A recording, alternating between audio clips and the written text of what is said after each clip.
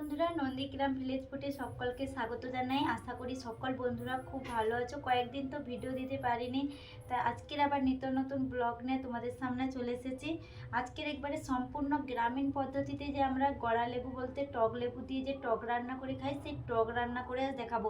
একজন দিদিভাই রিকোয়েস্ট করেছিল, মানে কমেন্ট করে জানিয়েছিল টক রান্না দেখাতে, তাই আজকে নিয়ে চলে এসেছি। দেখো এখানে নিয়েছি, দেখো পোনা মাছ। আমাদের মানে পোনা মাছটা আগে থেকে নিয়ে এসেছিলো, আমি কেটে নিয়ে তোমাদের দেখাচ্ছি। এটা হচ্ছে পুকুরেরই পোনা মাছ। দেখো বড় বড় করে পিস করেছি, তোমরা যেমন খুশি মাছ নিতে পারো, কিন্তু পোনা মাছের টকটা খেতে খুবই ভালো লাগে। এখানে পোনা মাছ নিয়েছি টক রান্নার জন্য। আর এখানে দেখো আমাদের গাছেরই গোড়া লেবু, এগুলোকে টক লেবু বলে থাকে, গড়া লেবু বলে থাকে, আমরা গড়া লেবু বলে থাকি। এই গড়া লেবু দিয়ে এই পোনা মাছ দিয়ে আজকে টক রান্না করে দেখাবো। পুরো পদ্ধতিটা তোমরা দেখতে থাকো ভিডিওটা, আর সম্পূর্ণ ভিডিওটা দেখে ভালো লাগলে অবশ্যই একটা কমেন্ট করে জানিও, আর ভালো লাগলে চ্যানেলটিকে সাবস্ক্রাইব করো। তাহলে চলো, প্রথমে তো মাছগুলো কেটে লবণ মাখিয়ে নিয়েছি, তোমাদের পুরো রেসিপিটা দেখাচ্ছি, তোমরা দেখতে থাকো। দেখো এখানে টকের জন্য কালো সর্ষে নিয়েছি, কালো সর্ষেটা বেটে নেব। তোমরা চাইলে সাদা সর্ষেও নিতে পারো, আমি কালো সর্ষে নিয়েছি। এই কালো সর্ষেটা প্রথমে মিহি করে বেটে নেব। গড়া লেবু দিয়ে টক রান্নার জন্য দেখো মাছের মধ্যে লবণ এবং হলুদ ভালো করে মাখিয়ে নিয়েছি। এরপরে মাছগুলো ভেজে নেবার কী কী লাগছে দেখো টক রান্নার জন্য। এখানে নিয়েছি দেখো গাছের, আমাদের যে বাড়ির বাগানে কচু হয়ে থাকে, সেই কচুগুলো নিয়েছি। কচু দিয়ে টক রান্না করলে খুব ভালো লাগে খেতে। এখানে দেখো টক লেবু বলতে গড়া লেবু নিয়েছি। আর মশলাগুলো লাগছে দেখো লবণ, 5 ফোড়ন, হলুদ গুঁড়ো, শুকনো লঙ্কা বেটে নিয়েছি, রান্নার জন্য সরষের তেল নিয়েছি। আর এখানে দেখো কালো সরষেকে মিহি করে বেটে জলে দিয়ে দিয়েছি। তোমরা চাইলে সাদা সরষেও নিতে পারো। বেশি কিছু মশলা লাগে না এই টক রান্নার জন্য। প্রথমে মাছগুলো ভেজে নেব। মাছ ভাজার জন্য প্রথমে কড়াইতে আমি সরষের তেল দিয়ে দিচ্ছি। এই টকটা সরষের তেলে বানাতে হবে, তাহলে খুব ভালো লাগে খেতে। প্রথমে দেখো তেল তো খুব ভালোভাবে গরম হয়ে গেছে, একে একে মাছগুলো ভেজে নেব।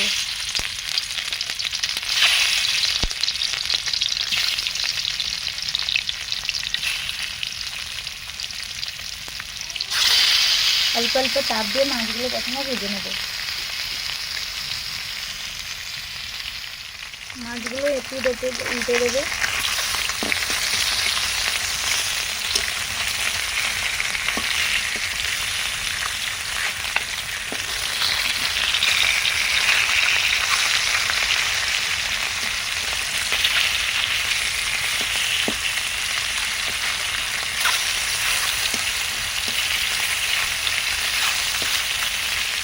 ভালো করে মাছগুলো ভেজে নেব। এগুলো ভাজা হয়ে গেছে, এপিট ওপিট করে এবারে তুলে নেব। দেখো ভালো মতো লাল হয়ে গেছে, এবারে তুলে নেব। মাছগুলো তো ভালোভাবে ভাজা হয়ে গেছে, তুলে নিয়েছি, তোমাদের কাছ থেকে দেখাচ্ছি। এবারে টকটা তুলে নেব। টক রান্নার জন্য প্রথমে কড়াইতে আমি সরষের তেল দিয়ে দেবো।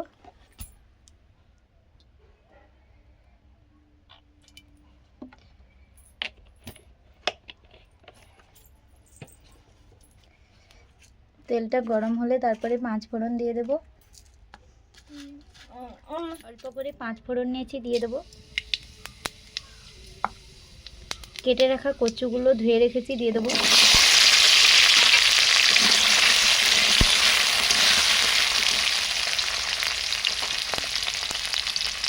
দিয়ে দেব পরিমাণ মতো লবণ।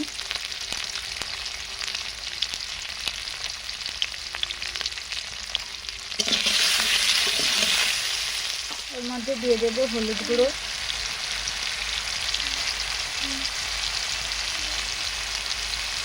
শুকনো লঙ্কা বেটে রেখেছি, দিয়ে দেব।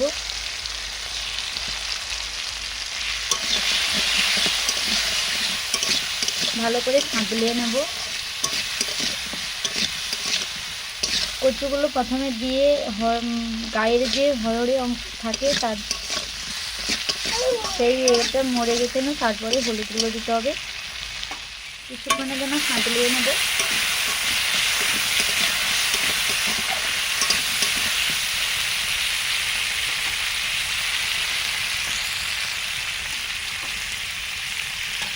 এখানে সরষে বাটা জলটা রেখেছি, ছাঁকুনি দিয়ে ছেঁকে দিয়ে দেবো।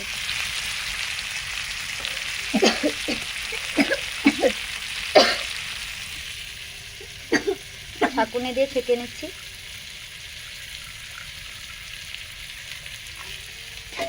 খুব বেশি সম্রাবনা, এবারে জলটা দিয়ে দিচ্ছি।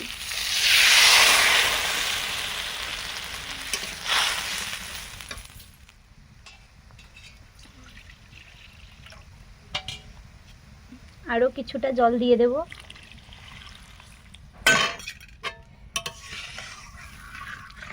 আর জল দেব না।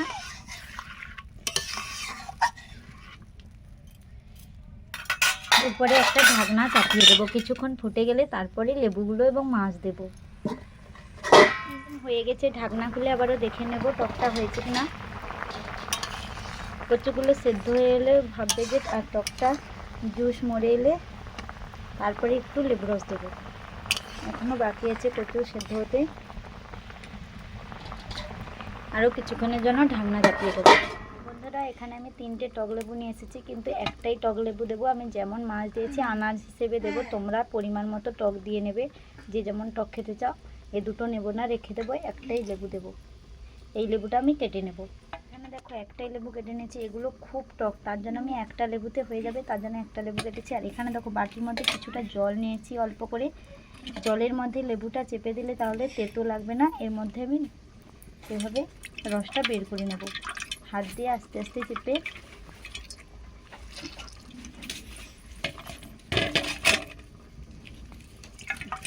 জলের মধ্যে এভাবে রসটা বের করে নিচ্ছি।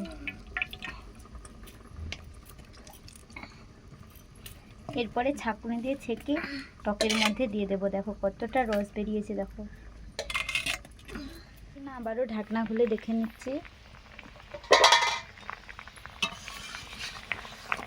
দেখো টকের জুস তো অল্পই আছে। এরপরে মাছগুলো দিয়ে দেব।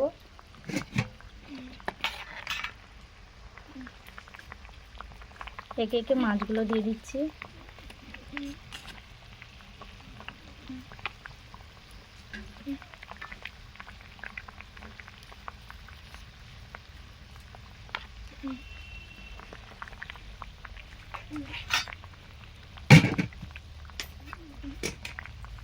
এরপরে লেবুর যে জলটা রেখেছিলাম, রসটা বের করেছি, এটা ছাঁকুনি দিয়ে ছেঁকে দিয়ে দেবো। ছাঁকুনি দিয়ে ছেঁকে নিয়েছি, এরপরে দিয়ে দিচ্ছি।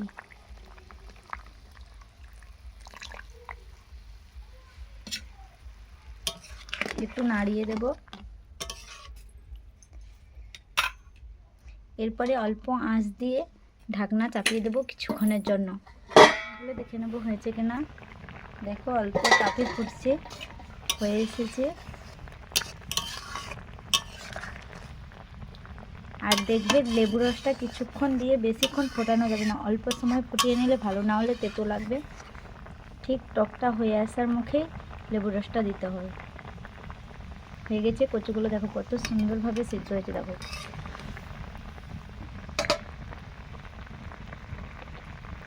এরপরে আমি টকটা নামিয়ে নেওয়ার আগে অল্প করে আমি সরষে তেল দিয়ে দিচ্ছি। তোমরা চাইলে দিতে পারো, না হলে।